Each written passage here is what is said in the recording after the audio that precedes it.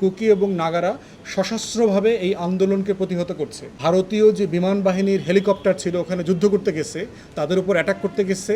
এই কুকি নাগা সশস্ত্র যে টিম আছে তারা সেখানে বোমা মেরে এবং মর্টার মেরে সেই বিমান ধসিয়ে দিয়েছে। মণিপুর আমাদের পার্শ্ববর্তী একটা রাজ্য, সেভেন সিস্টার যেটা আছে, সাত বোন অথবা সাত কন্যার জায়গা, তাদের বাংলাদেশ ছাড়াও এই মিয়ানমারের সাথে সীমান্ত আছে এবং চায়নার সাথে সীমান্ত আছে। সেই জায়গাতে আমরা দেখলাম যে দুইটা সম্প্রদায় আছে, একটা হলো মেইনলি মেইতি সম্প্রদায়, আর একটা হচ্ছে আপনার যারা হচ্ছে সমতলে থাকে, মেইতিরা প্লেইন ল্যান্ডে থাকে এবং তারা লার্জলি হলো হিন্দু জনগোষ্ঠী। আর দ্বিতীয় জনগোষ্ঠী আছে হচ্ছে আপনার কুকি এবং নাগা এবং অন্যান্য পাহাড়ি জনগোষ্ঠী আছে, যারা অধিকাংশ হচ্ছে খ্রিস্টান। ওখানকার ভারতীয় আইনে আছে যে পিছিয়ে পড়া জনগোষ্ঠী যারা আছেন তারা রাষ্ট্রের বিভিন্ন সুযোগ সুবিধা, চাকুরি, শিক্ষা দীক্ষায় অগ্রাধিকার পায়। যেহেতু ওখানে বিজেপি শাসিত সরকার আছে রাজ্যে, তারা গত বছর এই মেইতি সম্প্রদায় দাবি করেছে তাদেরকেও সংখ্যালঘু সম্প্রদায়ের অধিকার ভুক্ত করতে হবে। মানে সংখ্যাগুরু জনগোষ্ঠী চাচ্ছে তারা যেন সংখ্যালঘুর অধিকারটা পায়। এটা পেলে যেটা হবে যে কুকি এবং নাগারা যে সকল চাকুরিতে অথবা শিক্ষায়, লেখাপড়াতে অগ্রাধিকার পায়, এটা তারা পাবে না। এখান থেকে হচ্ছে আন্দোলনটা শুরু, যেন মেইতিরা এই অধিকারটা পায়। আর কুকি নাগারা বলছে তাদেরকে অধিকার দেওয়াটা সঙ্গত না, সংবিধান সিদ্ধ না। একটা জনগোষ্ঠী হিন্দু আর একটা জনগোষ্ঠী হচ্ছে খ্রিস্টান।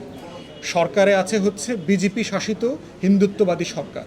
এই বাস্তবতায় হচ্ছে গত বছর থেকে একটা সংঘর্ষ এবং রায়টের মতো করে পরিস্থিতি তৈরি হয়।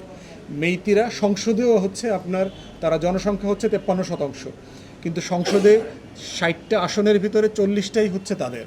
তো সব মিলিয়ে তারা দিল্লির হিন্দুত্ববাদী রাজনীতিকে কেন্দ্র করে ক্ষমতা দেখিয়ে রাজ্যের সকল সুযোগ সুবিধা নিতে চায়। এটার জন্য তারা যেটা করছে, কুকি এবং নাগাদের উপর নির্যাতন করছে। আপনারা গত বছর দেখেছেন কিভাবে কুকি নাগাদের, পাহাড়ি মেয়েদেরকে ধর্ষণ করে, উলঙ্গ করে, গায়ে আগুন লাগিয়ে দিয়ে দৌড় দেওয়াচ্ছে যে তোমরা দৌড়ায় পালাও। এই ধরনের ভিডিও সারা দুনিয়াতে ভাইরাল হয়েছে। ইন্টারনেট শাটডাউন ছিল, মানে মানে দিনের পর দিন, সপ্তাহের পর সপ্তাহ সেসব এলাকাতে। তো এই জিনিসগুলোর কন্টিনিউশন আপনারা দেখতে পাচ্ছি। এখন যেটা হয়েছে, কুকি এবং নাগারা সশস্ত্রভাবে এই আন্দোলনকে প্রতিহত করছে এবং প্রথমবারের মতো আমরা দেখলাম যে তারা ড্রোন টেকনোলজি ব্যবহার করে সাবেক রাজ্যের যে গভর্নর ছিল তার বাড়িতে পর্যন্ত অ্যাটাক করে মানুষ মেরে ফেলছে। এবং ভারতীয় যে বিমান বাহিনীর হেলিকপ্টার ছিল ওখানে যুদ্ধ করতে গেছে, তাদের উপর অ্যাটাক করতে গেছে। এই কুকি নাগা সশস্ত্র যে টিম আছে তারা সেখানে বোমা মেরে এবং মর্টার মেরে সেই বিমান ধসিয়ে দিয়েছে। সেই বাস্তবতায় আমরা দেখতে পাচ্ছি প্রচুর মিছিল মিটিং হচ্ছে, প্রচুর আন্দোলন হচ্ছে এবং লন্ডন থেকে তাদের একটা এক্সাইল সরকার আছে, প্রবাসী সরকার আছে। সেই সরকার সংবাদ সম্মেলন করে তাদের স্বাধীনতার দাবি, পতাকা এবং এই আন্দোলন চালিয়ে নেবার যে ঘোষণা সেটা তারা কন্টিনিউ দিয়ে যাচ্ছে।